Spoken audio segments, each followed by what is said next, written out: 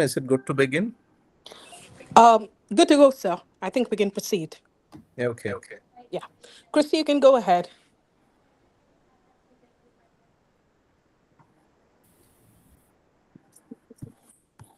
Hi, ma'am. I'll start with the session. Sure, Sure. please.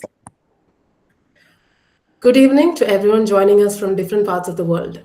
On behalf of Christ deemed to be University, Bangalore, and the Office of Alumni Engagement, it is my privilege and honor to warmly welcome each one of you to the fifth session of the Global Connect Series webinar, Middle East Chapter.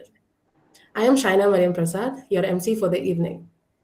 The Global Connect series continues to serve as a meaningful platform that brings together our accomplished alumni and the wider Christ community to exchange ideas, experiences, and insights that inspire students, young professionals, and fellow alumni across the globe.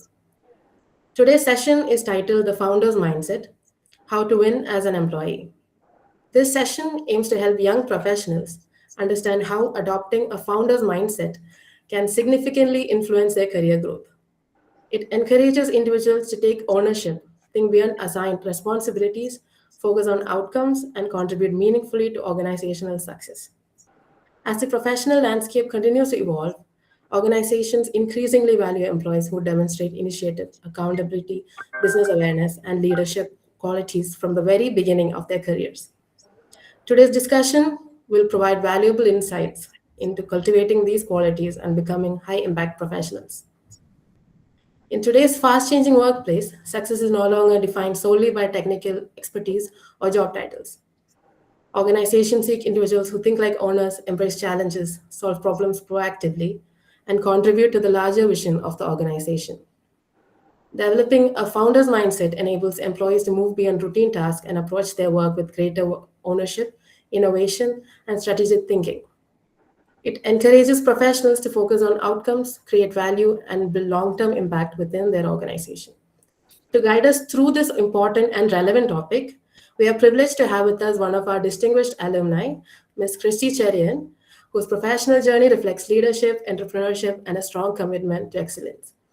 Before we proceed further, we would like to acknowledge and express our sincere gratitude to the distinguished leaders and members whose vision, guidance, and unwavering support continue to strengthen the alumni community and make initiatives such as these possible. We extend our deepest gratitude to Reverend Dr. Joe Cece, Vice Chancellor, for his visionary leadership and continued encouragement towards meaningful alumni engagement. We also express our sincere appreciation to Reverend Dr. Viju PD, Pro Vice Chancellor, and Reverend Father Verghese KJ, Chief Finance Officer, Christ deemed to be University, for their constant support and encouragement. Our heartfelt thanks are due to Reverend Father Josie P. George, Director, Alumni Chapter, Christ deemed to be University, for his dedication to strengthening the Global Christ Alumni Network. We are especially grateful to Brigadier B.G. Jagdish Sir, Director of the Center for Placements, Career Guidance, and Office of Alumni Engagement, whose leadership continues to provide a strong foundation for initiatives that connect alumni and students worldwide. We would also like to place on record our sincere appreciation to Dr. Rishikesh KB, Associate Director, for his valuable guidance and unwavering support. A special word of thanks to the mentors and members of the Middle East chapter for their continued commitment to fostering meaningful alumni engagement. We also acknowledge the dedicated efforts of Ms. Ranju Matthew and Ms. Vinita Lalu, alumni coordinators whose meticulous planning and coordination have been instrumental in organizing this webinar. As we move forward with today's program, it is my honor to invite Dr. Rishikesh KB, Associate Director of the Center for Placements and Office of Alumni Engagement, to deliver the introductory note and formally set the tone for today's webinar. So the screen is yours. Oh, thank you. Am I audible? Yes, sir, you are. Yes. Okay. So I remember a couple of months back, one of our alumni had come to campus. She's an entrepreneur. She runs an organization, an advertising company. And she made a very interesting statement in which she said, the one thing that I'm very particular about when I do recruitments, and even while maintaining the work culture in my organization, is I ensure that I don't have non-challenged employees.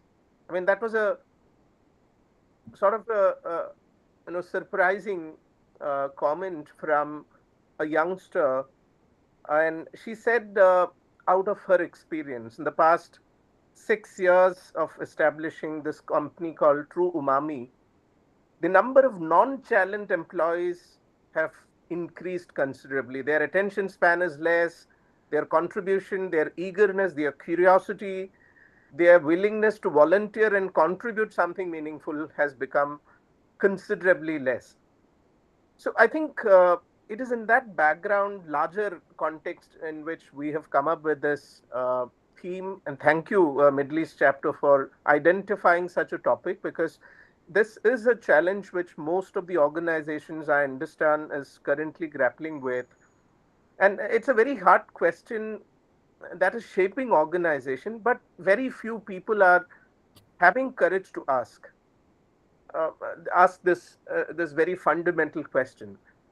And that question, I believe, is, do I come to work merely to complete my job or complete the job title which I'm, or profile which I'm assigned to, or do I come to work to build something that matters, to build something that really adds value to the organizations?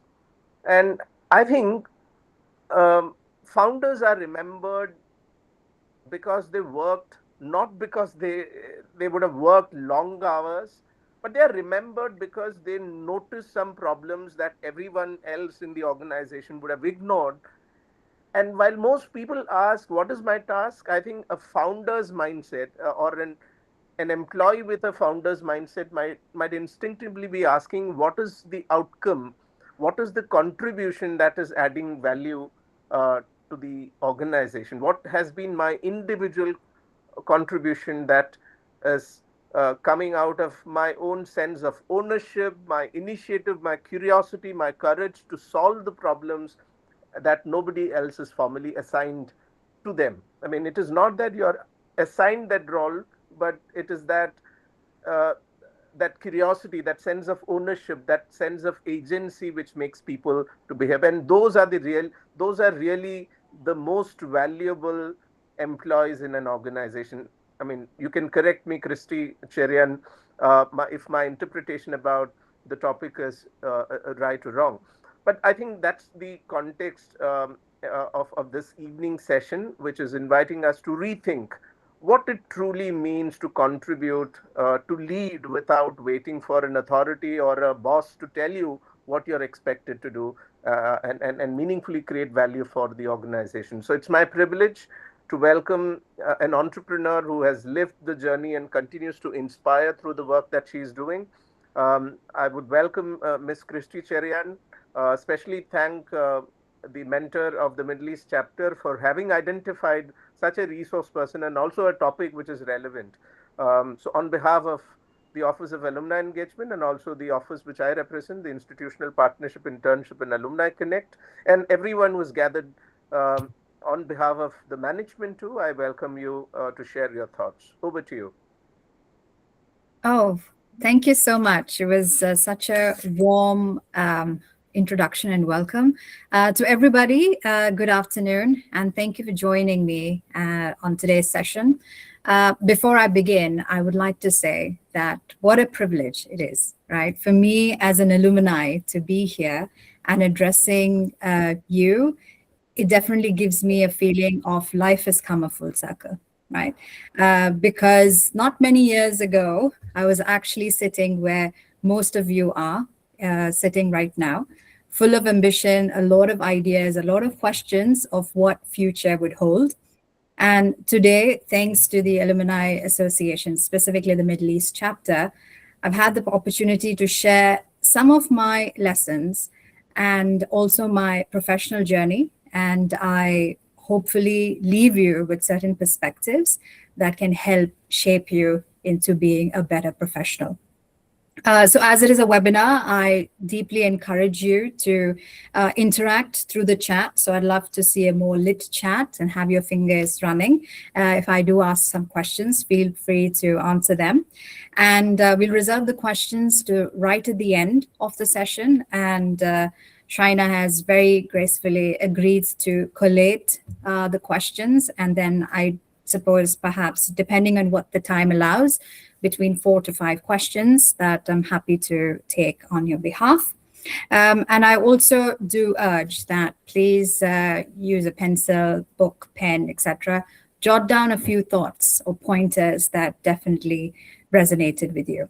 So with that, much gratitude to the magnificent alumni, which is to the institute that has shaped me to being what I am.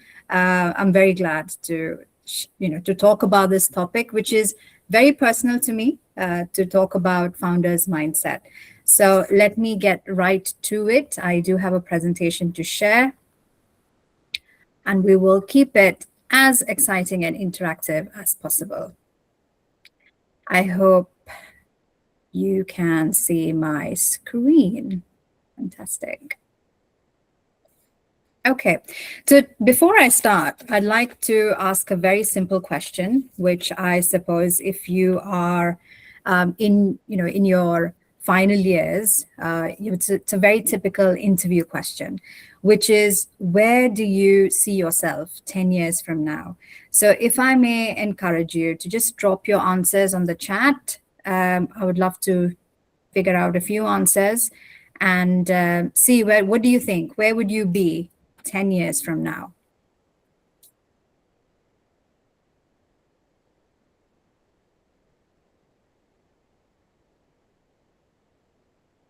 I give it a few more minutes for you to maybe type down an answer. Thank you, Muthu, for getting us started. Senior management level, fantastic.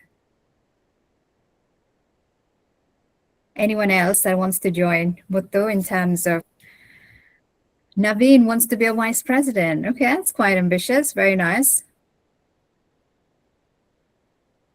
Right, Linda wants to be a CEO. Asta running her own company. Shalini seeing herself help many people. Fantastic. I think what resonates, Karen wants to start an NGO. Excellent. So for us, whether if it is leading a team or running a business or even starting an NGO, like Karen was saying, what determines, as we discussed earlier, was mentioned earlier, is not about where you see yourself in isolation, right? It's more about what are the outcomes and it's not being determined by the outcome of the company or the opportunities that you get, but it's more about what the experience has taught me is that it's more about the mindset. What is your thinking, right? And how do you think? And what are the experiences that have shaped your thought process that will differentiate as to what you would be from, right now in 2026 to yourself in 2036. So that's the sort of mindset that I want to try and tweak a little. That would be my quest for today. But then, yes. So thank you for all that answers. It's very ambitious to see that it is about taking up new roles, getting new titles, advancing yourself in career, as well as building and contributing to the society, with just as an NGO, etc. But behind all of this, what I would deeply talk about is having that sort of a founder mindset. Before I dwell a little bit more, just for those who are seeing me for the first time, which I believe is most of you, I've completed my post-graduation diploma from Christ University Institute of Management in 2008. My first job was at Big FM, which I did get through a campus placement. I've been in the media and advertising world for about 16 years, and I've led partnerships for brands like Vigo, Sherritt, Huawei, LG, Hisense, Otim, Truecaller, TCL, among others. I'm born and raised in Dubai, so Dubai has been home for me for the life that I've known. I've managed multi-markets, so be it across the 6 countries of the Gulf, Levant, Africa, as well as India. I'm currently, I've hung my corporate boots or corporate heels, as I must say. And I'm right now the managing partner at Raw Design, which is an award-winning interior design studio, which I partner with my husband, who's the architect. And I'm also a proud founder at Rockin Agency, which is a branding and a visual strategy agency. So that's a little about me. I've been on both ends of the continent, if I may say. I've been an employee with startups as well as large-scale enterprise MNCs, managed multiple markets. So I've had the chance to work with the best minds that shape a lot of technology and brands around us, as well as now taking all that learning and building something on our own and scaling it is indeed a very enriching experience. Right. So today's session is not about starting a company. It's not about entrepreneurship, although when I was doing my master's in Christ, it was one of my favorite subjects, which I did do pretty well in, right? It's about to have a founder's mindset. As we discussed earlier, you don't need to be owning a company. You don't have to be starting a company. The whole idea, as the ex-alumni of True Umami said, is to not have not challenged employees. And the world with the information that's around us is making us very lazy to think, right? And it's that thought process that we are trying to change a little different, a little more for the better today. Right. So what is the biggest myth? So for most of us, I can say that back in 2008, when we finished our course and we were sitting for the campus placements, we had two paths pretty much in front of us, right? One is a lot of my classmates then belonged to family businesses. So they were learning how to become better entrepreneurs and go back and take that learning and scale their existing family business. And some of us wanted to get placed a plush 6-7 digit salary. It was always a high to get the highest paid placement on campus. So typically this is how we all think, that there's two myths, that's two career paths. One is join family business, and the second is to get a job. But I encourage you to actually think as an entrepreneur, but even in that job. So I'm looking at a third scenario, which is the best of both worlds, right? So it is bringing in your entrepreneurial spirit, but in a job or even taking it to your business. And why is that? So we've already heard that from the other alumni who's been running an agency for 6 years, that we're not looking to hire employees, right? And when I say employees who are tasked, or the first question that they ask is, what's my JD or what's my job description? And I'm going to chart out doing just that as a typical 9-to-5 job. This is what most of us think. You know what? I want that dream job. For some of us, it is to move forward. For some of us, to go on paid holidays, to get those paid privileges, etc. But what I urge you to do is to think beyond that, right? And even when I was leading a team versus even when I run the business, I look for the same in an employee or a teammate, which is, can they solve problems? Are they innovators? Can they innovate, right? So are they looking at what is the next big idea? And we need people who take ownership. So when I say take ownership, it is even when things fail, you have the humility to stand up and say, listen, I think I made a mistake, and then take that on. Or even if you've done well as a team, you take ownership and say, hey, this was my idea, right? In either or, just as you say, lead by example, that's a founder's thinking, which is, we are not, just as we mentioned at the start of the introduction, where we're not looking at doing a job as just a task, but we're chasing that outcome, right? And why is that? Because a task is something which is very routine, mechanical, right? And you just get better at it. Outcomes is doing things differently with that task. So what would have typically taken you 3 hours, you're using your skills and your thought process to make sure that, can I do what I'm doing right now in 3 hours in about 1.5 or 2 hours? And when we say think in outcomes, what is the implication that that brings in? The task is definitely getting done. So that's one checkbox. But that means you've saved 1.5 hours, which you can then use to do something else.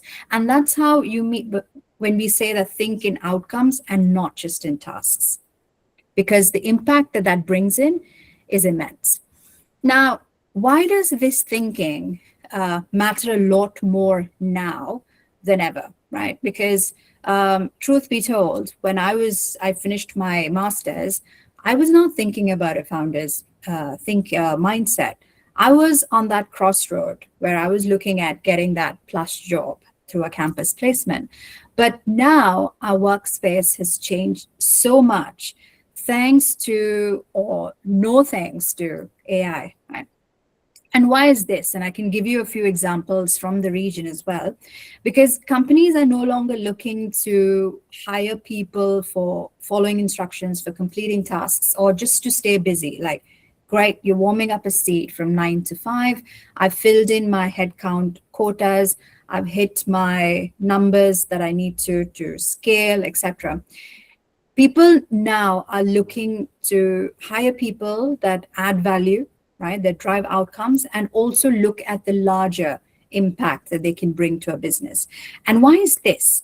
Because AI has made execution a whole lot faster, which means it's become a whole lot cheaper, right? Imagine if and why the mindset matters, because even when they say that, okay, you know what, chat GPT it or cloud it or DeepSeek, whichever tools that you use, you need to have the right mindset or the thought process to feed in the outcome that you're looking for. So it all starts with a mindset. So if you look at it in the larger scheme of things, how you think matters to how AI will think on your behalf and throw out that output. So it's more like garbage in, garbage out, right? So which is why it's very important for you to input the right things, to fix your thought process, to be able to bring in that value. Because if it's a routine, mundane job or a task, AI can easily replace it. And I'll give you a few examples. So in this region, in UAE, Mashreq Bank is one of the leading local banks. And a couple of years back, they pretty much were a forward-thinking bank. They decided to be digital first, and they scaled down a lot of their first your calling agents, right? And they've made that all AI automated. Now, and why is that? Because it is a very the steps of opening a bank account or filing a complaint or getting your credit card is very same. It stays the same, be it if it's 5 people, 10 people, 15 people. So they've pretty much put a process in place, and they know these are the set of questions which you don't really need a human to ask. It's more like, I'm asking you, you're telling me the answer, we feed it in the system, and boom, that's it.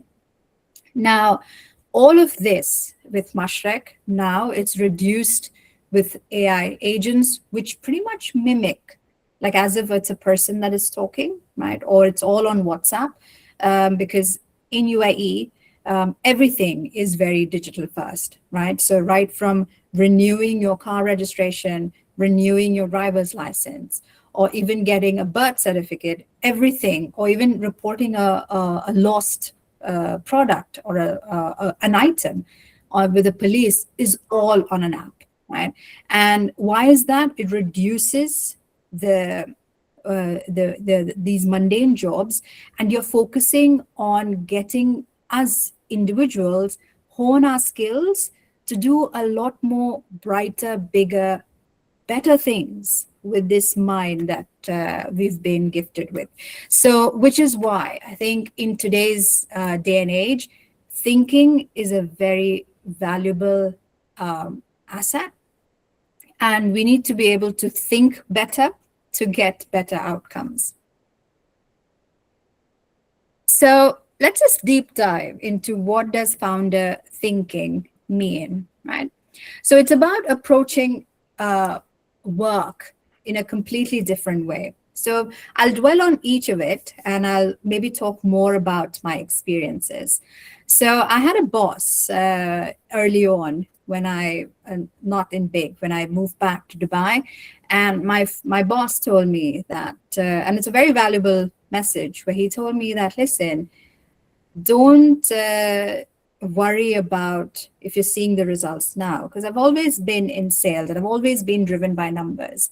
And when you put in the effort and when you don't see the numbers translate, it's very easy to feel let down, right? Because sales gives you that high when you close that big deal, and gives you the same sort of low when those deals don't happen at regular intervals. So he said, put in your work, and trust me, it'll happen. It's about building, it's with these little tasks or these actions that builds your character. And from there, you know that now you're going to be better at doing these things. So a lot of times we fear failures, we fear rejection, we fear being risk averse. But we need to be taking up more of those calculated risks, which means that I'm going to be responsible for that outcome. So when I say ownership, don't just chase that, listen, I'm not going to do it if I'm not going to succeed in it. You need to anyways do it, because I'm telling you, from that simple action, you're already a better person from what you were before you did that action. So you rather own it, and when we say own it, it's pretty much saying that, listen, come what may, I am going to go ahead with it, of course, with a more informed and not just being hasty about it, and saying that I'm going to try it. So be it failure, be it success, both are a phase, and we should definitely take ownership to shine in that moment. Initiative. And I think this is very important. So as a manager, right, I had 10 people report to me, and everybody pretty much did similar roles. But there are often people that come up and then they see that, listen, I think this is what is missing. Can I come up and maybe do a workshop? Can I invite some of my clients to come and talk? Can I do client lunches, right, which will help us build that relationship? Now, this is the sort of initiations that you need to take. And why is that? Because oftentimes when there are more than one of you doing the same job, it's very easy to compare and say that, okay, you're good because you've hit your numbers.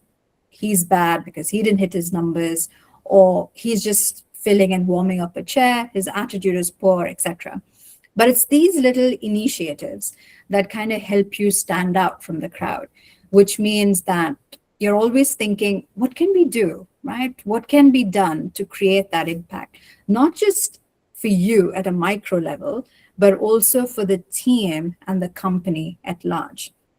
Now, for this, you need to be problem solvers, right? And I think this is a very important character, a very important value that we as aspiring professionals need to really work on, because it's a very natural behavior for all of us to sulk, to whine when we see a problem, right? Because we're thinking, listen, I'm in sales, I don't take care of IT, my laptop is not working, so yeah, I've gone ahead to the IT, or the IT manager has to come and fix it. Now, if I'm just going to highlight my problem and not just find a solution for it, I have lost that half a day of work. I am now depending, or I've given the power to someone else to lead and work how my day is. Instead, what if I was to think about another solution where I'm just going to go to that person and say that, listen, can you help me? Or ask for help to anyone else, right? It's not that just the IT people are good at it, right? So you would be surprised that the person sitting next to you would actually have a solution. So yes, be a problem solver, And also, most importantly, don't be shy to ask for help, right? And I've my boss has always told me, and I think this is a question that this is a feedback or that still I pretty much value pretty dearly, is that there is no stupid questions. There is no right and wrong questions.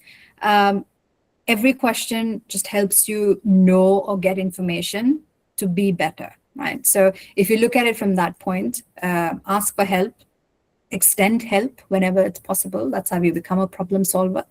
And when you think about a problem, think about possible ways that you're able to kind of fix it, because your manager or your team would be quite appreciative to know that, okay, at least you're thinking in those directions. Resourcefulness, right? And this is very important because it helps you do better than what that job requires you to do. So oftentimes when we think about career growth, we're thinking of it as a very linear, right? So you've become a management trainee. From a management trainee, you're moving up to becoming account manager, senior sales account manager, sales director, assistant vice president, and so on. But it doesn't have to be, like, career growth does not have to be linear. It is more, it could be up and down. It could be a complete whirlwind of a circle, right? Just like it happened with me, where after 16 years of corporate, I was like, listen, I'm not going to chase titles anymore. I want to now build a legacy, build something from the work that I've done. So for being resourceful means that you're not putting yourself in just one compartment. In HR, you look at this as transferable skills. So if you've been in sales, people are saying, okay, you're great with people. Perhaps you could also look into being with HR, or if it's HR, you've been doing that, then you're looking at recruitment or training. So there are different skills that it becomes you need to continue honing so that you are not stuck in that very specific role, right? Oftentimes when we keep doing it, you just get comfortable and no growth. Trust me, my friends, no growth happens with comfort.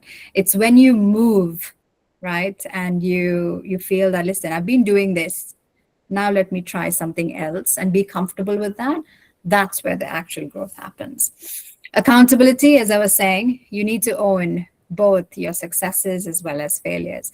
And you will feel this a lot more as you grow up in the corporate ladder, that as a manager or as a team lead, you're not going to be putting the blame for the team's failure with the team members. You're going to take the ownership and say that, hey, I did this, I can fix it, let me try it, right? So, but then, and this is another valuable feedback that I would say, or a thought, that you always praise in public and you reprimand in private. So if you have a team member and that person's done a great job, blow that person's trumpet, praise away, right? And if that same person's made a mistake, you reprimand that person in private. And why is that? Because what gets recognized gets repeated. So a lot of other people see this. And when they see that, oh, okay, I also want to be like that person, they then tend to think like that. Like, how can I be that next person that gets that compliment? But if you're the manager that's going to shout and reprimand people in public, everyone's motivation goes down. So fear kicks in. And when fear works, you just get a lot more crippled. And these self-limiting beliefs kind of kick in. All right. Founder versus employee thinking, right? So here's where I would ask that perhaps ask these questions to yourself, which will help you understand, do you fall on traditional employee thinking? If so, what can you do to change that mindset? So instead of asking, what's my task? So we have, I've done, I've also had a lot of interns from SBMJC. We have XLRI, Amity. So we had a lot of these students here that worked with me as an intern, and they were like, listen, what's my task? What do I have to do? And I was like, okay, I can tell you what the task is. If the task is to pick up the phone and call 100 leads, that's your task, right? But what is a founder's thinking? But instead, if you think, what do you want me to do, right? Now you have a lot more cooler gadgets, a lot more innovation at hand. That okay, you want me to call what do you need? I just have to call 100 people, or do you need 10 meetings? What is my objective, right? And simply by understanding what is the outcome that you're looking at, even if you go through just 10 calls and you get me those 10 meetings, your job is done. You don't have to go through those 100 calls, right? So this is where it becomes different from what is my task to what is my objective. Oftentimes we hear this, listen, that's not my job. I'm not going to do this, right? And this and it's a very expensive learning where you want to know that, listen, it's not about, that's not your job. We don't see it, but oftentimes our managers are testing to see if you have it in you to go that extra mile, if you have it in you to take that initiative, they are able to see something that you at this point cannot, right?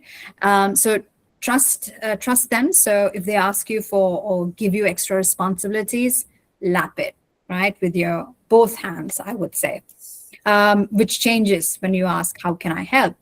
I've completed the work, right? So it's done. So I've done 100 calls, great, versus did it really create any impact? Going through a list of things versus doing things with intention. And I think this is what a lot of us miss, right? Because we're thinking, listen, I've got a 9 to 5, I've got a job that pays me 100,000 rupees. I'm just paid to do this, right? Just 10 calls or 100 calls. Does that make you a person with a founder's mindset? Not, because you're falling short of the skills that you have. You are compartmentalizing of what you can really do within just that job description. So I completely urge you to think beyond that with doing your job, but more effectively. Someone else should fix this. This is a very typical thing. So once you start going to a corporate or a job or an office, you'll see that when a laptop breaks down, you know what, you're not going to ask anybody else. You're just directly storming into that IT department. But like I said, if people around you are able to help you, please do that. I need permission, right? When someone else from another department comes and asks you that, hey, I see that you're very good at presentation or Canva. Can you look at this or help me out with this? The first thing is like, no, I'm gonna I need permission to do that, etc. Instead, if you were to say that, let me just check with my manager if I can align or set some time aside, because it's definitely going to eat into my time. But if I align with him, then I'm more than happy to help, right?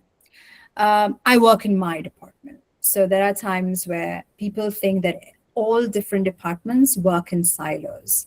And when you become a team manager, you will realize that the accounts that you were trying to magically balance without the suspense and the sundry and the miscellaneous, all comes under you, and it becomes your business. So even if you haven't done HR, you're suddenly required to be hiring, which means that you need to know how to conduct yourself in an interview, what sort of questions you're supposed to ask. So you don't work for a specific department, you work pretty much for the business, right? Which means that you need to know what are the actions that is going to help make that bigger impact for the business. So the difference is in the position, right? So as in 10 years from now, you may want to be a VP, you may want to be a CEO or a vice president, but what needs to change is the mindset. The mindset of you may not, and with that, you may not even have to wait for 10 years. With the way world is progressing, you could be doing it in half the time, right? And that's the challenge that I would urge you to do with this sort of founder mindset. Okay, can give you an example without taking a few names. So in my profession or in my field of expertise, presentations, and I was always been, and I always enjoyed being in a client-facing role. Presentation is tomorrow, so I can talk about when I was in my early days at Big FM, where I spent good 2 years in Bangalore. We had two sets of people, right? So I took care of more on the brand activations, the on-ground events, and taking care of the digital spend, the digital outdoor, etc. Everything non-radio fell into my purview. So for me, I enjoyed working on presentations because I'm a very visual person. So I love talking through the slides, which helps to create a more lasting impression. Now, we had a big pitch. So this was for Airtel, and we're talking back in the day. We had a team that was working on the radio pitch to the client, and I was taking care of everything else. Now, I had to work with my colleague who said that, listen, I'll get my slides done. You just do your bit, right? And we'll figure this out, right? But for me, it was more of the larger good in terms of how do both of us win rather than the client feeling that it was two distinct departments that was working on this presentation, but make it a little bit more cohesive and holistic. So, and that definitely helped, So it was more like, listen, let's just sit down and see how we come up with a strategy where the client does not have to pick, but feels that it's a more complementing and a much bigger proposal when we have both radio as well as activation on ground, right? So how do we work that hand in glove without being competition to each other? So the client sees it, the client saw it in terms of, okay, right, we're doing this pan-India, and we'll do both on radio because we promote on radio and then we amplify on ground. So what is this example? What is the point that I'm trying to drive? Is that one was focusing on just completing with it. They're like, listen, we're number one in the market. The client has no other choice but to go with us. But and that leads to just getting the job done, or like I was talking about earlier, about getting your tasks done. The second one is about focusing on results, where you're thinking, listen, it's not about us, or thinking that, listen, we are on the privileged side because we're number one in the market, so the client will definitely go with us. We are going with the mindset that I want to create better outcome for the client. I want to create better outcome for the company. I want to create a much larger campaign, which I can be very proud of, right? So you're thinking more in terms of value than just completing your work. Right. So as we have a lot more thumbs up, and I would urge you to actually think in outcomes and not in tasks. And I think this also becomes more like, in our final years when we had to decide on our thesis, on our project, it was very easy to think about, okay, this is the work this is a topic that required very little research, etc. Because, you had so many pages to kind of type, work, research, quote, keep that original, all of that the easiest thing is to say that, okay, we just need to quickly get this done because we just need that degree. No one's really going to work or look at this thesis later. But I would say challenge that mindset. Think of that thesis as a research, which could be a potential research paper for something big, that big idea. So as I was saying, so just like how asking, where would you be 10 years from now, can seem a bit redundant now because of the pace at which we're going. I would say most careers stall because people are focusing on activity, right? And oftentimes people think that, listen, because I'm hitting my numbers, because I've been in this job for about 3 years, 4 years, 5 years, 6 years, I should get that promotion. Without improving on your skills, you may not want to land that manager's role. Because as much as it sounds glorious to say that, hey, I'm managing a team of 10 people, or I'm managing 5 people, or I'm at least managing one person, it requires a lot of different skills that if you continue focusing on just doing your tasks, you may not be able to think through, know that you need it, and thereby focusing on it. So what you need to do is you need to ask, right? What problem am I solving? What results are we trying to achieve as a company in whole? And how will success be measured? Now, this is very important, right? Because you may want to not reinvent the wheel, right? Work is happening, right? You don't, it's more like you touch your nose like that or you touch your nose like that. Either ways you are. But the idea is that what's the most efficient way to do it? Right? In both ways, you've succeeded in touching your nose. But the idea is who was faster, who was smarter, who did it quickest. Now, when we say think beyond tasks and think about outcomes, it's important to know in whichever job or business that you're going in, that you understand the business top down, right? And why is this? Because right now you might be one peg in that entire system of different cogs, etc. If you need to work your way up faster, and this is why I would say that don't stall it, is when you know what is it in the business that will drive both commercial sense, create that sort of value and impact. Now, when you think beyond your role, it'll help you progress much faster in your job, which means, and this is another valuable advice that my manager told me, that always help your manager look good in front of their manager. And why is that? The more you make that person or your immediate manager look good, your super boss is happy with your immediate manager gets promoted, which means you yourself also get promoted because you're taking up that immediate manager's role. So that's one. Second is in terms of dressing up, being prepared for your next role. So right now you've joined as a management graduate or a management trainee. You're aiming for that next role or that next growth to happen faster, for which you need to look the part. Only then you get the part. So yes, think beyond tasks and think more in outcomes. Your first job is not your job, right? Your job pretty much has two roles. So role one is you do the work, right?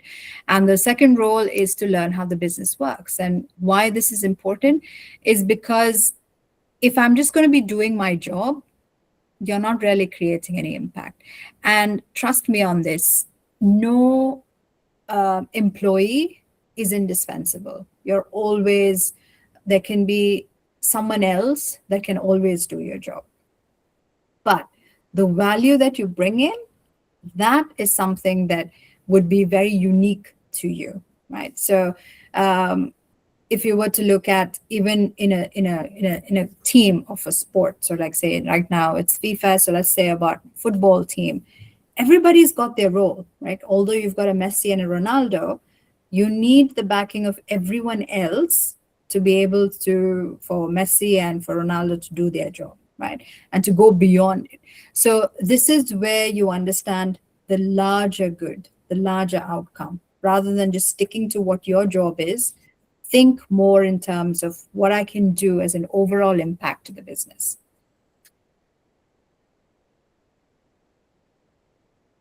To create or to understand your business better, there are a few things you need to understand. So when I say understand how that business works, right? So a few questions that might be valuable for you to ask early on is, how does my company make money, right? So for me with radio, right, I always thought that, listen, with radio, you're just thinking about music, you did have some ad spends, etc.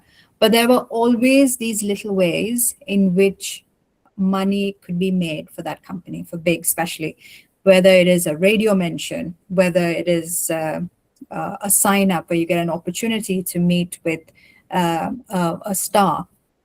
It could also be a segment which is sponsored. So understanding how the company makes money and thinking of ways that you can contribute to that definitely helps you kind of work through that career progression much faster. Who the customers are. This is very important. For any business, you always have a primary customer and you have a secondary customer, right? So a primary customer, if I was to talk about my current business, which is, say, if I'm looking at my interior design business, my primary customer is anyone who's looking to set up their next restaurant, looking to set up their clinics, or they're looking to set up their offices, or they've just moved into a brand new home. These are my primary customers. Oftentimes, it's my the reason we came up with the branding agency is oftentimes we have a lot of clients that come to us and say that, listen, this is a space, can you design it? The first thing you ask is, what is the brand guidelines? What are the colors, etc.? A lot of the clients didn't have it. And that was the gap that helped us create another business. So understanding who your customers are is very important, because that could be the next nugget for you to make that next big leap and idea. What keeps leaders awake at night? This is where people say that understanding your clients' pain points is very important, because when you say, or when you go to a doctor, right? This is a very generic example. You go to a doctor because you are in pain, and you're telling the doctor, these are my pain points, and you know that the doctor is a subject matter expert and it's going to help you out, right? And that automatically builds in trust. And when you have trust, you're willing to talk about it to other people, and if they feel the same pain, they all come to you.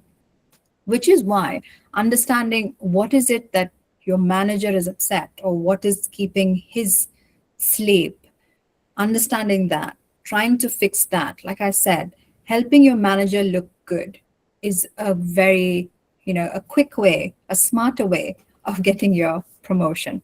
So being a pain doctor, so understanding what are the pain points for your team members, your clients, your leaders, and seeing how you could be that balm of finding that solution.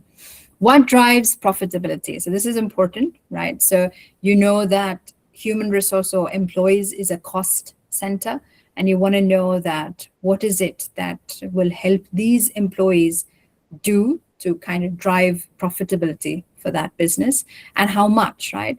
In sales, it becomes very easy, right? So you say that, listen, if I'm hiring you at a certain salary, I'm looking at least 6x to 10x of that to be recovered while you're employed.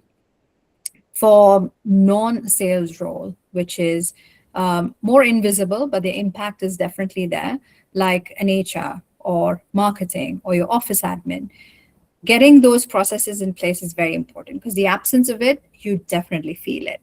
So understanding what is it that drives profitability and seeing how you can add to it. Where are your competitors winning? So we say that don't be like the horse with blinkers on, right? That you're just going to prance forward without knowing what's happening on your left or your right. So understanding what is it that the competition is doing, and whether it's being better or for the worse, you could always learn from someone else's success and failure. So all of this helps you to stop being a specialist. So it is about, as much as they say, jack of all trades, master of none, but there is some merit to it, right? Because it helps you to think as an overall generalist, although you could be a subject matter expert, but it is to be able to lend and wear multiple hats when that's required.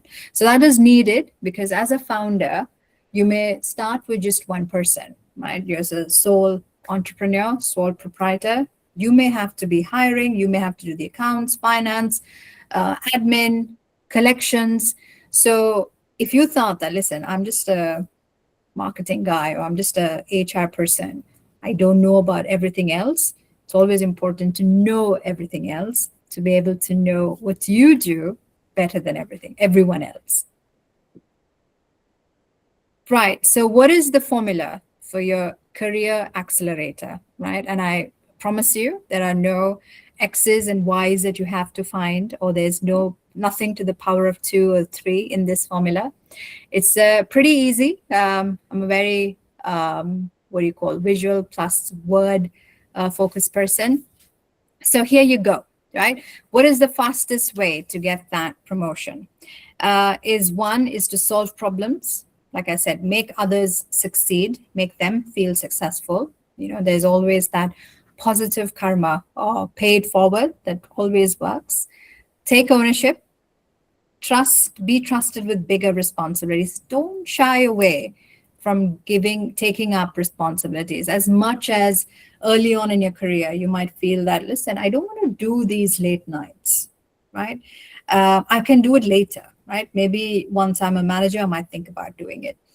Trust me, you've already lost that opportunity, right? As a manager, I would think that, oh, I thought you could do it. But now that you're saying you don't want it, makes me second guess, right? Then I'm thinking, okay, this person may not really have the required skill set to do it as fast as you do, but just the mindset or the attitude that, listen, come what may, you've given me the opportunity. I'm not going to let you down. So I'm going to try and learn the skill. So for me, when I used to hire my team members, as much as I would look like, can you do the job? I always looked at the compatibility with the team, the attitude that person brings in. Because trust me, when you are spending good 7-8 hours with a person, you want to pick the right people who you get along with and reduce that sort of toxicity. So if you're trusted with bigger responsibilities, lap it, right? And why is that? Because trust is the currency of career growth. So if your manager trusts you to do a certain task, that is your way to kind of exponentially grow in your career. I know of a lot of team members who follow their managers, right? And I know a lot of team members that leave plush jobs that they do well just because they don't get along with their managers, right? So founder thinking is about building the trust, not just of your manager, but it could be your lateral peers, people that you work with, or even your reportees, so people who report into you. And not just that, I think in people in general, right? Even that means it's the person that is getting you your tea or your coffee in the office, or the office person or the office boy or girl. Being kind and winning their trust is always very important. And why is it? Because trust is not something that is given easily, right? You're tested, and then that kind of currency goes up. How do you stand out in your career, right? And I think this is very important. Be curious, right? Always be inquisitive. Don't feel the urge to very quickly chat GPT it or Google it or anything. Always be curious, because the more you push your mind with the whys, you just get much better in doing the task. So knowing the why behind what you do is a very important question. And I would encourage that you ask better questions, not for the sake of it, not for visibility that, okay, you always have in class, this is like the most hated person, where just when the class, the bell is going to ring, you have someone asking you, like asking the teacher about 5-6 questions. I don't think the classroom scenario has changed much from when I was in university, but be curious, right? But ask pointed questions, continue asking questions, because who knows, it might answer someone else's questions as well. Being reliable. As much as when you're trusted with big responsibilities, as much as I encourage you to lap it, if you don't do what you say you're going to do, then that's going to burn bridges much faster than actually building trust. So be reliable. So if you commit to something, say that, listen, I'm going to do it. I'm going to try, do it. This is the number of days. If that crosses, I would say that have that conversation, communicate. I think that's very important, because assuming that the other person understands that I'm not skilled enough to do this role, hence the other person will be more accommodating, is a failure on our side. So being able to communicate well is very important.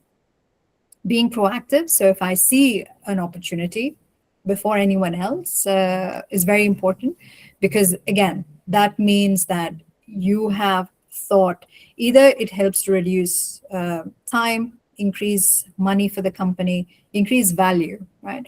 Or some level of innovation that can help a client, etc. So always be proactive, because being reactive is something that most people do as part of getting tasks done and not being a problem solver. Be commercial, right? So when I say be commercial, it means that understand what your business is. So increase your awareness and see how you can create that impact in that small section. And being solution oriented. So bring in recommendations and not problems. The last thing, when you are a manager and you have a team member that comes to you and always nagging, saying that, hey, this is not working, that's not working, it's a client's fault, etc. As they say, a bad craftsman blames its tools. So it's not the tools that are not working, it's how you use it that's not working. So always be solution oriented than problem. And why is that? Because these little actions creates a reputation, and that reputation is what is going to create opportunities for you.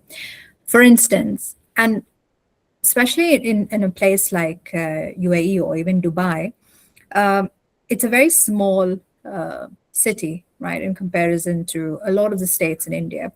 Now, a lot of people know each other. It's more of like 2 degree, 3 degree separation. So it's little acts that you do, right? And a good act or a positive act always reaches years much faster, but a bad reputation reaches even faster, right? So we're not questioning what a grapevine can do, but reputation definitely creates opportunities. So if you do the right task and if you do the right actions, you're definitely building a reputation that will help you get those opportunities much faster and open a lot more doors much faster. Common mistakes what some of us young professionals make: waiting to be told what to do. So just like we heard in the start, that the non-challenged employees, right? So I'm just waiting. My manager will come and tell me what I need to do. Once that happens, and then I'll do the task, right? So this is not being proactive. Second is avoiding difficult conversations, right? And this is where you need to be better communicators, because a lot of friction can be reduced when both parties hear each other out, right? So I'm not able to do this. I don't know what is required to do it, but I'm shy or I'm scared to ask my manager or someone else for help, right? What will they think? They might think that I'm not good at this job, etc. Avoiding difficult conversation means that you're not moving away from that sticky solution. You're just pretty much, it's more like a, what do you call, the sinking sand. So you're standing there and you're just kind of getting into the ground rather than coming out of it. Measuring effort instead of impact. And we hear this a lot of times because design is a very laborious work, right? So thinking of what that space could be and imagining it, what an empty space could look like, requires a lot of effort. So you often hear, I've created one option, isn't that enough? I've done 2 options. Why do we need to do 3 and a 4? Because you know that a client is not just going to think, or we assume that we've got that client. But if I show them a couple of options, then it becomes like, okay, yeah, okay, I didn't know I could think about it in this way. I could think about this space to look like that. So measuring effort instead of impact is something that most of us do, right? Or it could be that, listen, I stayed up till 3 in the morning, right? I still didn't get my work done. Perhaps there was a faster way of doing it, a more efficient way of doing it. But my pride and my ego didn't help to, stop me from asking for help. So measuring effort versus impact is something that most of us do. The market rewards contribution and not activity. So just doing it and checking the boxes is not going to give you the reputation that you want versus when you contribute. And what's the difference between the two is more in terms of the outcome, right? Focusing only on their job description, we hear that. Listen, it's not my JD, right? You'll hear that once you start joining the corporate office, corporate world. Chasing titles instead of skills. And this is something that I've seen. So I've had larger teams where I had mid-level managers reporting to me, and then you had a team of employees that were reporting into the mid-level managers. Oftentimes we feel that because I've spent 3 years doing the same job, or because I have gotten the most sales, I might be easily promoted. But you've not really honed the skills that you need to be a good manager. And I tell you, a good manager is always remembered. So just like how I've given you a few of my examples, these are people that touch your life in ways that you've not imagined. They can make your life, a world blooming with roses, or they could also be the thorns, right? So I would say hone your skills, because in either ways, you want to get out of that situation. You're thinking that, listen, if it's a thorny bush, you definitely want to hone your skills to get that next promotion, so you move away from this manager. Or you're already in a garden filled with flowers, and you're thinking, listen, I want to look at what's greener on the other side. So in either ways, honing your skills is very important, because it'll prepare you for titles that you didn't even imagine, right? Which is why I said, don't think about your career growth to be linear, but it could be in different directions. As long as you're moving and you're progressing and you're doing things that make you happy. Thinking visibility equals value. And I think I would go back to my example of asking questions in class just to say that, listen, I'm present and that you've got my attention, versus actually creating any sort of value, right? So being, just saying that I will do it so that, you get that job compared to someone else, but not being skilled enough or committed enough to actually seeing it through is something. So you're craving attention, but not for the value that you bring. So yeah, just some 7 pointers that most of us should not be doing. Treat your career like a startup. And why is that, right? Why is startup a very important, style of company? And this is because it's just you to do a lot of things, right? And that when we say we need this startup mentality, we need someone who's always hustling. We need someone who's willing to fold their sleeves and then do the job, because that's the need of the hour. You need to think of your career as a company, and you are the CEO, right? Which means what are the sort of products that you're going to bring in is your skills, right? Much like how Apple or Samsung, every year there's a new release, right? There's a new product upgrade. We need to think of ourselves or our career in the same way, where I'm going to upgrade my skills. I'm going to do something better that I didn't do 3 months or 3 weeks or 6 months or even a year, right? Your brand is your reputation. And like I said, if you're a reliable, detail-oriented, successful person, you would be like a magnet. You'll get a whole lot of opportunities that come to you. And your revenue is the value you create, right? So it is not just the numbers, but it is more in terms of the impact that you are able to make in any company or in any role that you are. So that is your revenue, right? Because at the end, when you look at your books, you're just thinking, okay, what were the valuable relationships? What was the impact that I was able to create, which helps you smile at the end of the year? Who are your investors? People who trust you. And trust me, when you are building your career, you need a lot of investors. Just like they say, to raise a child, you need a village. To have a fruitful career, a very enriching one, you need to have a lot of people that trust you to do certain responsibilities. Because as I said, trust is a very important currency. And given the world that we're in, it's very hard to trust people. But when you do have a few, right? I would say grab them, keep them close to you. And that your growth depends on continuous learning. So it just goes back to saying that hone your skills and every year ask yourself, how can I become more valuable, right? This year. So as I said, the personal growth is not linear, it's more of a circular. So we start with learning. From what we've learned, we contribute. From that, we're able to gain trust. Once you've gained trust of people, you do get a lot of opportunities. And with those opportunities, you learn more. And then that sort of cycle just goes back, right? And it compounds over time, because what you are right now, if I was to very simply put, versus an hour back, I would love to believe that I'm able to kind of give you a few pointers to already make you a much better professional.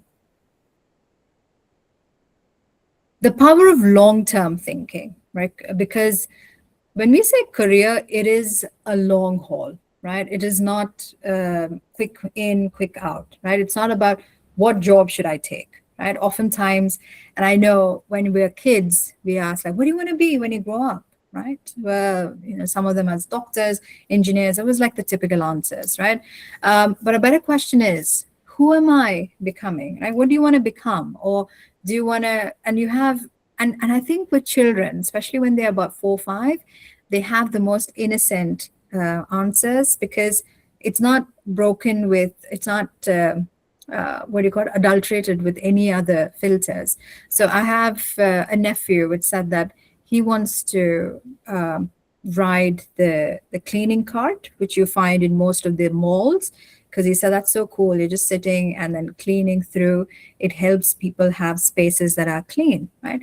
So it versus, I mean, if you were to ask me, being an ambitious person, I'm not going to say that I want to sit on a cleaning machine, but it is more about what you are becoming versus what a job so that you're thinking on. So I would say think beyond, especially if you're in the campus placement time. Think beyond the salary, think beyond the office title, think beyond where the location of that job's going to be, right? Instead, focus on what is the skill set that I'm going to learn? What is the sort of experience that I'm going to get from this? What are the relationships that I'm going to build? And that will help build that sort of credibility. And this is what would help you focus on a much enriching career. Right. We're not playing Jenga, but I would definitely encourage you that in the next 12 months, certain things that if you're already asking, not to ask, and then to give you better questions that I would ask you. So instead of asking, what is my job? Ask, how can I create more value? Instead of asking, who's responsible for it? Ask, what can I own, right? Instead of asking, what's required, ask what is possible. And that is founders thinking. So I would urge you to change your mindset so that in the next 12 months, you would become much different and a mindset that is unstoppable. So just to summarize, what is a founder's mindset?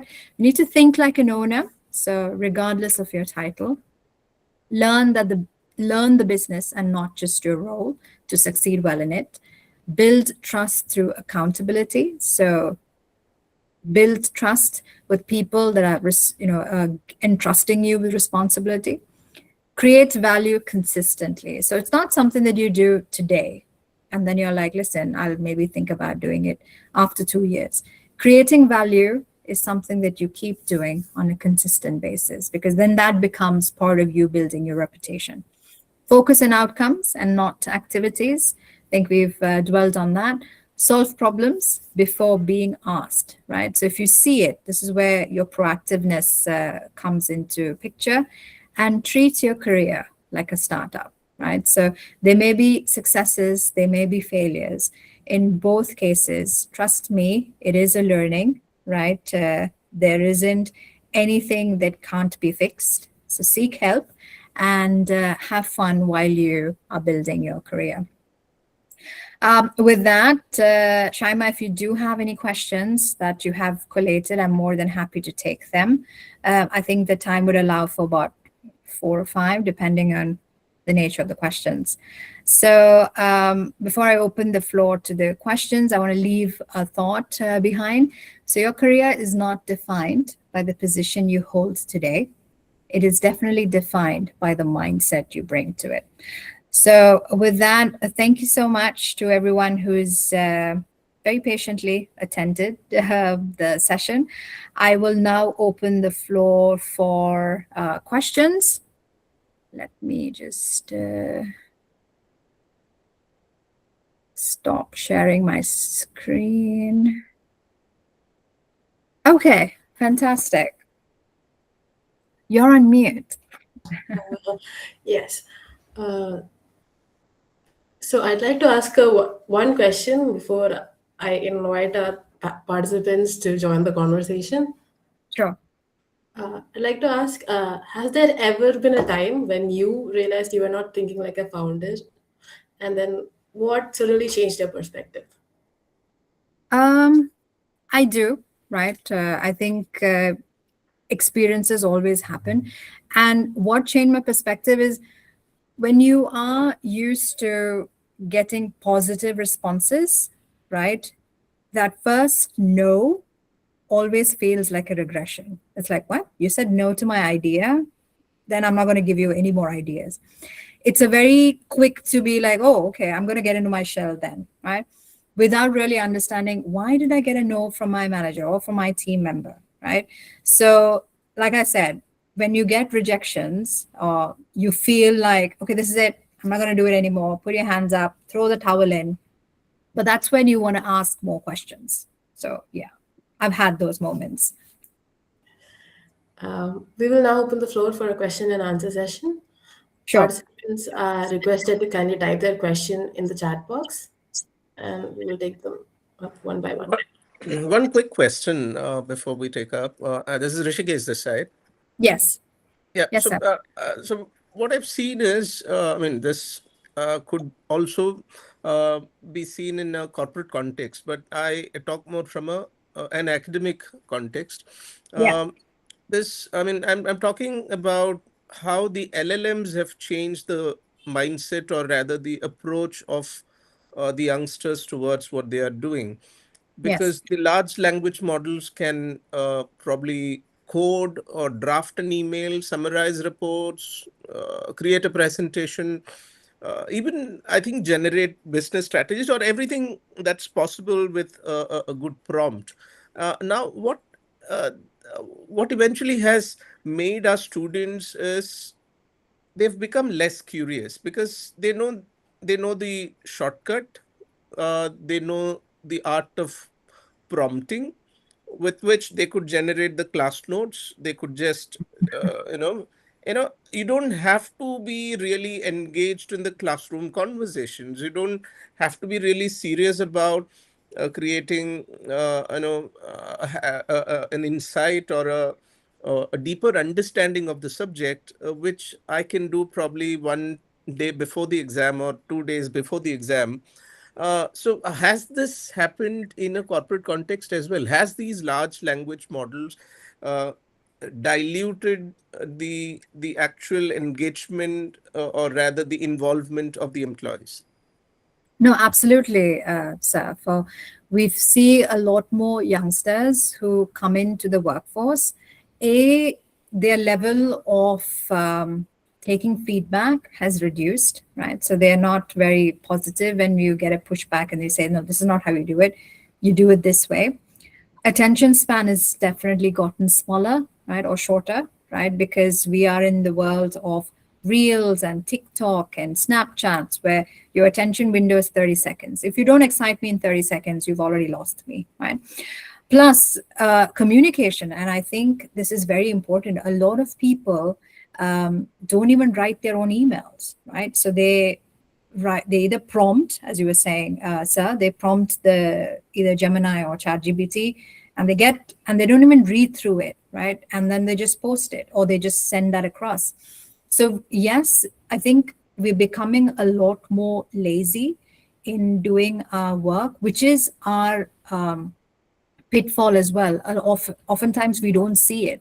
The fact that we're not able to communicate better and depend on ChatGPT or the voice makes us poor in conversation, understanding, right? In just listening as a person.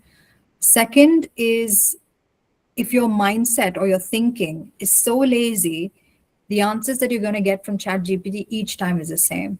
And as much as, just like you're on a train, you could be the middle segment or the middle cabin people or the backbenchers or the front benchers, right? It depends on what your mindset is, what you want to do.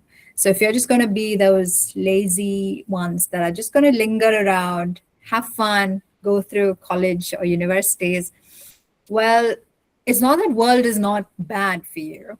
It's just that it won't be as exciting and you're limiting those opportunities. So yes, we do have a lot of those seep in. There is a lot of resistance to change because from the school of thought that I had graduated from is where you write, you ask a lot of questions, you try and see that you understood what needs to be done much ahead, and then you do a lot more research, right? I remember for our thesis, we would actually go to the library, sit, read, exchange notes. Did you watch this? Did you read this magazine, etc.? I think a lot of us have it a lot easier now that ChatGPT is an app on your phone, and then you can just talk to it and it'll talk back to you. So yes, it is a danger, and it can take up a lot of our jobs as well. Thank you. Thank you, ma'am. We have actually received 4 questions so far. Okay. I'll proceed with that. Okay, please.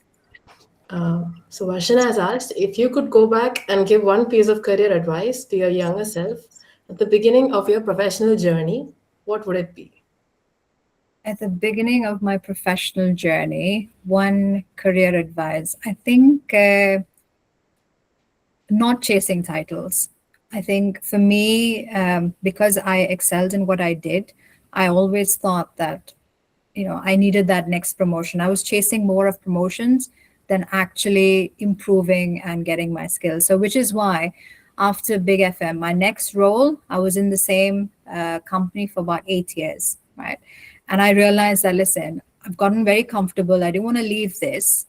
But then since when I left and I took up another job is when I realized that, okay, you know what, every couple of years with the skills that you get, when you push yourself out of the comfort zone is when growth happens. So I'm not saying that being loyal to a company is not good. I know a lot of people that have, started and ended their career in the same company. Not saying it's not, but make sure that you're always honing your skills so that you know that the next opportunity is not a marginal increase in your salary or that next title. Getting out of your comfort zone makes you realize of opportunities that you didn't even know that existed. So that's advice I would give myself. And Darshini has asked, your experience in design industry gives you one lens on creativity, but it isn't universal. If suppose I were to appear for a role in your organization, judging my profile as uncreative just because it doesn't match your way of considering something as creative, what's your opinion about this? It's a very pointed question because I think creativity is a very subjective feeling, right? But when we say creativity, it's not about, but you still think within restraints, right? You're still thinking within certain boundaries. It's not that you're just giving a creative answer. If the brief that the client has given you is that, listen, I want this 4-bedroom villa and it has to have a yellow and a pink color palette. It may or may not go with your aesthetic sense, but that's the brief. And then how you deliver on those design skills. Now, even with design, there are still certain principles, right, for it to be harmonious. So these are certain things that come together. Plus, with design, at the time of hiring, you do look at the portfolio, you do have a conversation, because a lot of times being able to communicate and justify your design becomes a very important part about you as a person. So if that doesn't come through, then unfortunately that person would not be hired. There is one more question from Shalini Shruti, which is one thing I've noticed in workplaces, universities, and personal spaces as well. I've noticed many subtle behaviors where female founders or colleagues are often interrupted or looked down by other people. This tends to really damage many women's self esteem. Have you faced anything similar to this? And how would you help foster more inclusivity in the workplace? Unfortunately, it does happen, right? When we say glass ceiling, that does happen. And there are certain biases that comes in. And which is why, even if you look at, I mean, even in UAE, if I was to compare and look at certain companies, it's very few female founders or female CEOs that you find, right? Now, how we think, I guess, for me, it was very important that I don't play the victim card, right? I would not settle or get myself to think that I didn't get that promotion because I'm a lady versus my male counterpart got it. Because the more you self-victimize, you're not going to come out of that hole faster. Instead, you're just digging that hole a lot more deeper, and then it'll be very hard for you to come out of it. So I would look at it to say that, listen, in my last role, I had a team of 10 men, right? And I was their manager. So for my role, it meant more of an ego management than actually doing my job. So that's a skill that you get prepared and you get honed for. And you always find ways as to how you can navigate. But there are definitely qualities and skills that men bring to a workforce that a female versus what women bring, and coexistence definitely happens. And in most of the companies that I've worked for, we've always looked for a gender balance, right? Because that's important, because because the company then becomes an extension of how that society is, where you have a lot more male female in that ratio. I could also say that in Saudi, earlier you had male and female didn't work together, right? You had separate wings, etc. Now that slowly is being reeled back, so you do have that coexistence happening. So yes, there is a lot more awareness that is happening about gender equality and DEI that has been encouraged by the company as part of their responsibility. But yeah, I'm always hopeful. I always feel that there's a lot that we can learn from our male counterparts as much as they can learn from us. The next question is actually from Maria ma'am. Okay.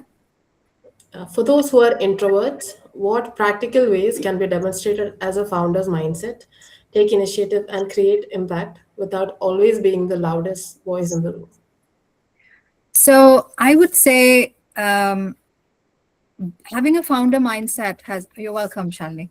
Having a founder's mindset has nothing to do with whether you're an introvert, extrovert, or an ambivert, right? So, but it's more to do about that mindset. So the minute you reduce yourself into something, you're already saying no to a lot of other opportunities. So I would welcome you to think of it differently. So it's more like, I go for a lot of networking events, right? And I enjoy meeting with a lot of people. When I go for these networking events, I go alone and I look around the room and I look for the person that is standing alone by themselves, because it takes a lot of initiative to actually go and have a conversation with a stranger, right?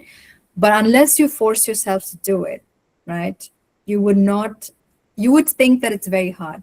But once you do it twice, thrice, 4 times, by then you become a champ. But the founder mindset, if you're an introvert, is to stop saying that you're an introvert and then just step out of it and say that, listen, it's just a conversation. Nothing is wrong or right when you're having a conversation. And the other person will sense it. So if you didn't do it, you didn't know. So if you did it, you know something more than you didn't know. So you're always learning. So that's how I would say. Hope that answers, Maria. Thank you so much, ma'am. We have two more questions. Do we have time or? Yeah, I'm happy to take questions. So, Tom asked, what are simple habits or practices that young professionals can adopt from day one to stand out in the workplace? Okay, so just to summarize to what I'd said is one is to not just do your job, but to think about what else you can do, right? So increase your responsibilities. Try and take up, understand the business. So you're not just taking up what that job is, but you're trying to see how we can make an overall impact. Be helpful, be resourceful, right? Never say no, it's not my job, so it's not for my department. Always see how you can be helpful for someone else, because I think being kind and being helpful is a trait that goes very long. And always be curious, right? Always try and see what is a better way of doing the job that is done, and be a good communicator. So not everything you need a chat GPT. You need to use your mind to ask the right questions to come up with better results that even chat GPT can be surprised. Thank you, ma'am. The last question. You gave such a wonderful advice from an entrepreneur's perspective. How can I best apply those principles to my work in the science field? In the science field, I think I may not be the best subject person when it comes to the science field, but I would say when it comes to be it from an entrepreneurial point of view, like I said, for good 16 years, I was an employee. I was working for someone else, be it a startup, a mid or a growing company or an MNC. But in everything, what was important is to see that you're not doing a specific job. You're trying to see how you can create value. And that's the sort of reputation that you need to bring. Because poaching or getting someone else or some other company hire you because they hear of you is the biggest, compliment that you can get. When your competition tries to hire you, that's a great compliment. So you definitely deserve a pat on your back. So even in science, right, I think it's a more routinized and it's a more skill-based versus when you're just looking at wider media or much like how design is. It's a science in itself. It's the same thing in terms of within your field of work. How can you create more opportunities? How can you think more in outcomes rather than tasks? How can you add more value to the company or in the science field rather than just being reduced to doing your job? Because I'll tell you, in science, and this has always surprised me, right? When you think about science, I'm just thinking about someone who's extremely studious, who gets like 90, 95 in etc., does well, etc. Maybe an introvert, just reads a lot, learns a lot, etc. I've been pleasantly surprised when I've had friends who are doctors and are extremely good presenters, has a very witty angle to it, because they look at every opportunity to see how a little bit of their personality comes out. So I would say that not let a job or a task define how you are, but let your personality kind of come out and shine in everything you do. Hope that answers. Yes, ma'am. Welcome, Shimani. We have one last question if we have time. Yeah, sure. Yeah. How do we have a healthy work-life balance while grabbing every opportunity to contribute without people taking advantage of our willingness? Okay. I think when I say take up responsibilities and lap it, it has to be within boundaries that you set for yourself, right? Because you don't want to be doing jobs that A, make you feel unfulfilled, B, gets you to the verge of a burnout, because then your health condition deteriorating is a much bigger and a long-term issue that you definitely need to fix. So how do you have that work-life balance? One is to be able to plan your day in a way that you know that, okay, these are the tasks that I need to do.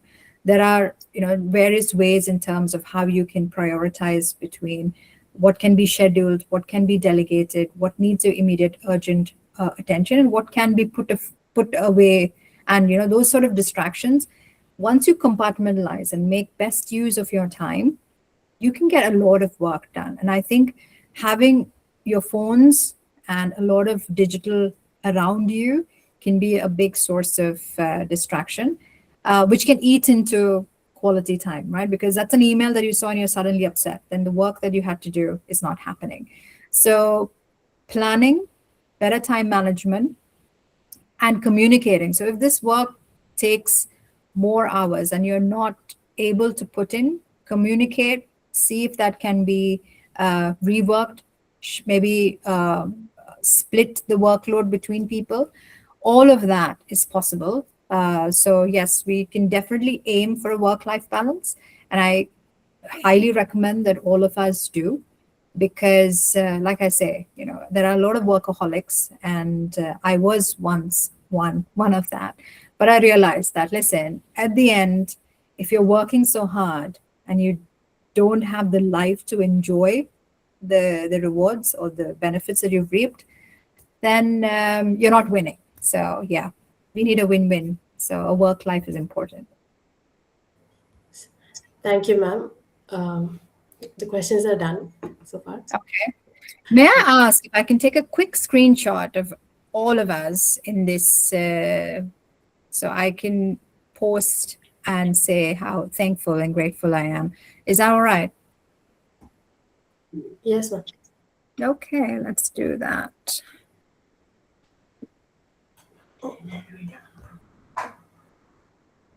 Okay.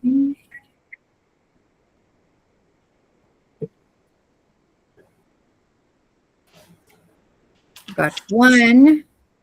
I'd like one more. I'm just gonna scroll the screen and then see. Okay. Can I get more people?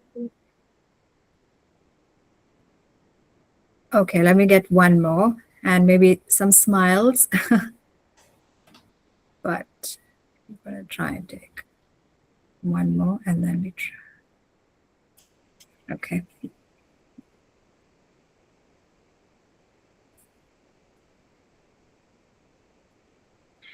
All right, got it.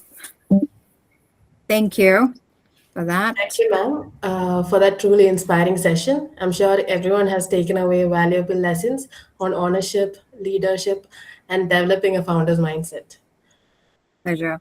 It was an absolute pleasure. And I hope next time would be in person, because I think this is a lot fun when you have people in front of you. So as we come to the conclusion of this enriching session of the Global Connect series webinar, Middle East Chapter Session 5, I take this opportunity on behalf of the Office of Alumni Engagement and Christ Deemed to be University to express our heartfelt gratitude to everyone who contributed to making this event meaningful and memorable. First and foremost, a sincere thank you to our distinguished speaker, Ms. Christy Cheriyan, for sharing her valuable insights, experiences, and perspectives on developing a founder's mindset and succeeding as an employee.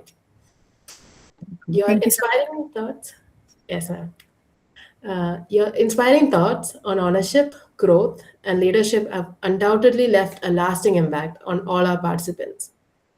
We extend our deepest gratitude to Reverend Dr. Joe C.C., Vice Chancellor, Reverend Dr. Viju P.D., Pro Vice Chancellor, Reverend Father Verghese K.J., Chief Finance Officer, and Reverend Father Josie P. George, Director, Alumni Chapter, for their continued encouragement and support.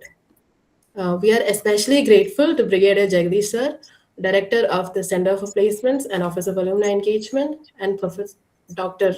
Rishikesh KB for their guidance and leadership in making this webinar possible. A special word of appreciation to Ms. Ranju Matthew and Ms. Vinita Lalu, alumni coordinators, for their dedicated efforts and meticulous coordination in ensuring the smooth conduct of this event. And finally, a heartfelt thanks to all our alumni, faculty members, students, and participants for joining us this evening. and making this session engaging and worthwhile. With that, we formally conclude the 5th session of the Global Connect Series webinar, Middle East Chapter. This is Shaina Mariam Prasad, your MC for the evening, signing off. Thank you Thank once you. again for your participation. Thank you, Have a everyone. Take care. Bye-bye. Thank you. Thank you. Here.